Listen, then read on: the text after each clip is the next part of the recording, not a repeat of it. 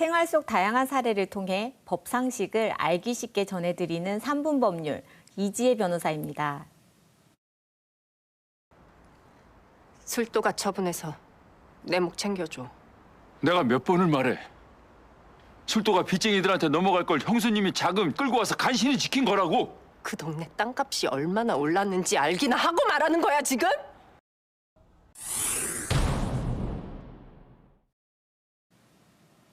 한때는 사랑했던 두 사람이 이혼할 경우 서로 양보하고 협의가 되면 재산 분배도 원만히 해결할 수 있습니다.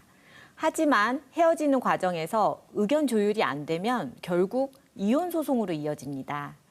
이혼을 하면서 재산 분할을 함께 하기도 하고 먼저 이혼을 하고 이후 2년 이내에 재산 분할 심판 청구를 진행하는 경우도 있습니다.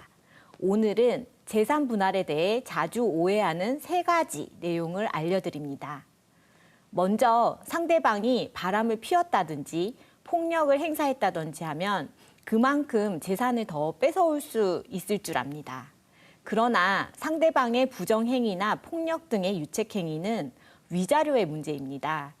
위자료 인정 및 금액을 정하는 부분에서 반영되는 것이지 재산 분할에 직접적으로 관련되는 것은 아닙니다. 재산 분할은 기본적으로 부부가 혼인 생활 중 함께 공동으로 형성한 재산에 관해 각자의 분할 비율을 정해 나누어 가지는 것이지 잘잘못에 따라 분할 비율이 높아지는 것은 아닙니다. 두 번째, 재산은 명의대로 나눠진다는 오해입니다. 실제 상담에서 상대방 명의로 해놔서 걱정이에요 라는 얘기를 많이 합니다. 하지만 재산 분할의 대상이 되는 부부 공동재산이 무엇인지를 파악할 때는 그 실질을 보는 것이지 명의 여부로 나누어지는 것이 아닙니다. 예를 들어 내 명의나 부부 공동 명의로 해놓기 싫어서 부모님이나 형제, 자매, 제3자의 명의로 되어 있는 재산도 그것이 혼인 기간 중 형성된 재산임이 입증이 된다면 분할 대상 재산에 당연히 포함될 수 있습니다.